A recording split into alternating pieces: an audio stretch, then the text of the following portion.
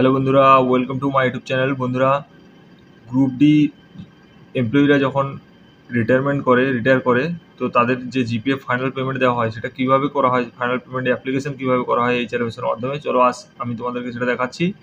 তো HRMS option আপনারা খুললেন, ঠিক আছে। HRMS option HO log in যে আছে, এইচও লগ ইন থেকে খুলে দেখবেন এইচআরএমএসে আপনি এন্ট্রি করবেন। এন্ট্রি করলে আপনাকে এরকম একটা পেজ আসবে, ঠিক আছে। টাস্ক লিস্ট, মাস্টার্স, এইভাবে নিচের দিকে নেমে আসবেন, দেখবেন জিপিএফ বলে অপশান আছে। জিপিএফ অপশানের ভিতরে আছে ব্যালেন্স ক্যাপচার, ইনবক্স, রিপোর্টস। এই রিপোর্টসের অপশানের মধ্যে দেখতে পাবেন কি আছে, ফাইনাল জিপিএফ ফাইনাল পেমেন্ট, এই অথরিটি বলে একটা অপশান আছে। এবারে আর তার রিপোর্টসের নিচে যে অপশানটা আছে সেটা দেখবেন ফাইনাল পেমেন্ট। ফাইনাল পেমেন্ট অপশানে দেখবেন দুটো রিপোর্ট আছে, ফাইনাল পেমেন্ট অ্যাপ্লিকেশান আর ফাইনাল পেমেন্ট ক্যান্সেল রিকোয়েস্ট। এই তিনটে আমাদের কাজে লাগবে। ফাইনাল পেমেন্ট অ্যাপ্লিকেশানটা আমি প্রথমে ধরুন কোনো একজন এমপ্লয়ি রিটায়ার করছে, তাহলে তার ফাইনাল পেমেন্ট পাওয়ার জন্য তাকে ফাইনাল পেমেন্ট অ্যাপ্লিকেশান প্রথমে করতে হবে। তো ফাইনাল পেমেন্ট অ্যাপ্লিকেশান অপশানে ক্লিক করবেন।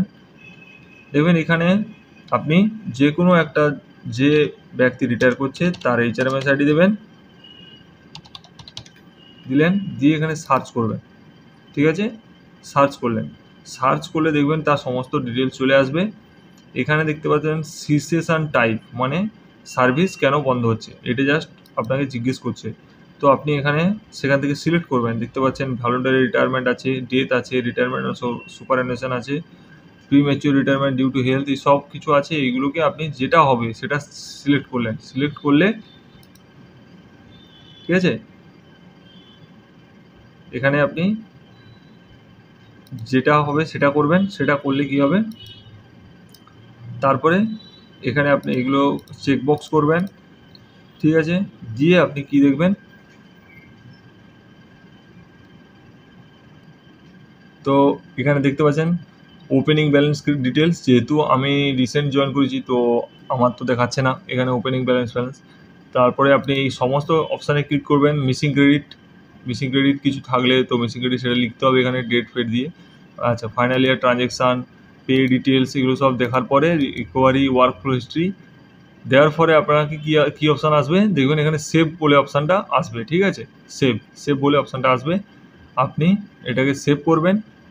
আর এখানে যেটা দেখাবে ওপেনিং ব্যালেন্স, ঠিক আছে। ওপেনিং ব্যালেন্সটা এই total balance, final year transaction, opening balance, এগুলো কী করবেন, জিপিএফের যে আপনাদের স্টেটমেন্ট হয়, ঠিক আছে, জিপিএফ অ্যাকাউন্ট স্টেটমেন্ট প্রতিটা ব্যক্তির, সেই জিপিএফ অ্যাকাউন্ট স্টেটমেন্টটা আপনি এখান থেকে বের করে নিয়ে সবগুলো মিলিয়ে দেখে নেবেন। মিলিয়ে দেখলে যদি দেখা যাচ্ছে যে হ্যাঁ ঠিক আছে, তাহলে এটাকে আপনি সেভ করবেন। সেভ করে এখানে দেখবেন 10A পার্ট 2 বা 10B পার্ট 2 এগুলো সব প্রিপেয়ার করতে বলবে।